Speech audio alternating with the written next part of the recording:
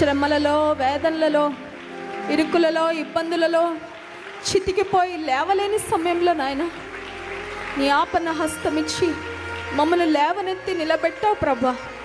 అడుగులు తలబడుతున్న సమయంలో, జీవితంలో నిరాశ నిస్పృహలు అలుముకున్న సమయంలో, వేదనతో దుఃఖంతో నిండి ఉన్న సమయంలో నాయన, మనుషులు మమ్మల్ని విడిచిపెట్టిన సమయంలో నీవు నమ్మదగిన దేవుడుగా మా పక్షంగా వచ్చి మా పక్షమును నిలబడి మమ్మల్ని ధైర్యపరిచి నీ ప్రేమను ఎలా మర్చిపోగలమయ్యా, నీ మంచితనాన్ని ఎలా మర్చిపోగలమయ్యా, నీ కృపను ఎలా మర్చిపోగలం ప్రభు.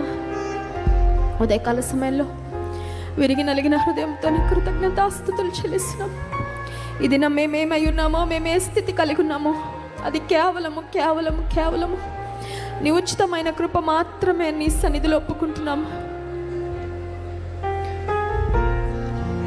మా రక్షణకర్త అయిన దేవానికి స్తోత్రాలు, మా విమోచకుడానికి స్తోత్రాలు, మా నీతికి ఆధారమానికి స్తోత్రాలు, అనుదినము మమ్మల్ని నడిపిస్తున్న దేవానికి స్తోత్రాలు, మా భారములు భరిస్తున్న దేవానికి స్తోత్రాలు.